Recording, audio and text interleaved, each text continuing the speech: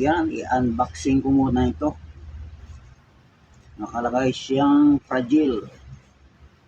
Kasi delikado ito. In-order ko sa Shopee. Galing pa to sa Bulacan, Plaridel, Bulacan. Yun, Plaridel, Bulacan.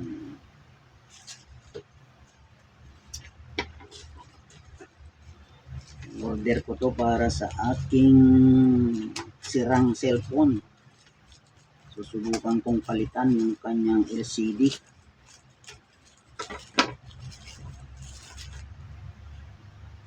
Nabasag kasi yung kanyang LCD.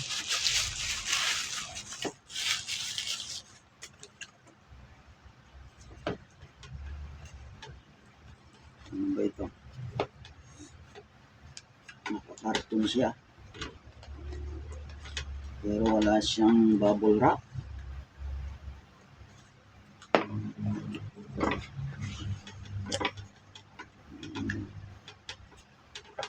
Secure yung pagkakarton niya, oh. Ang hirap tanggalin.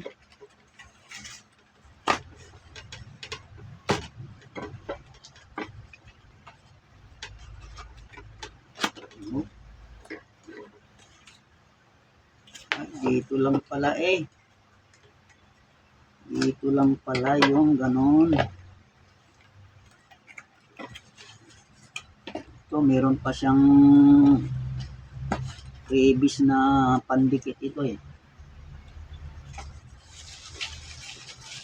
Ito pala, naka-bubble wrap siya. Tapos, naka-karton. Ano? Ito na siya. Ito muna. Naka-bubble wrap din siya dito. Ayan, oh. Sana maganda ito. Eh, bakit ganito ang gilid? Ganyan talaga kaya.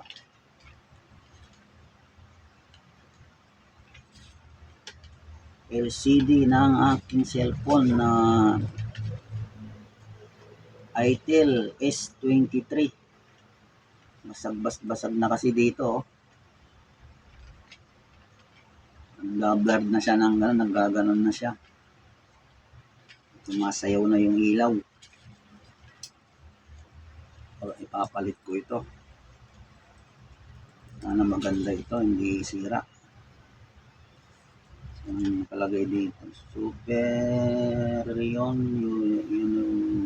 Unividal Whistle. Wala, hindi maintindihan eh. Ayan. Buko muna ulit dito. At aking babaklasin na yung aking sirang cellphone. Dito ka muna sa tabi. Mamaya mabagsakan ka. Mabasag. Ito yung kanyang mga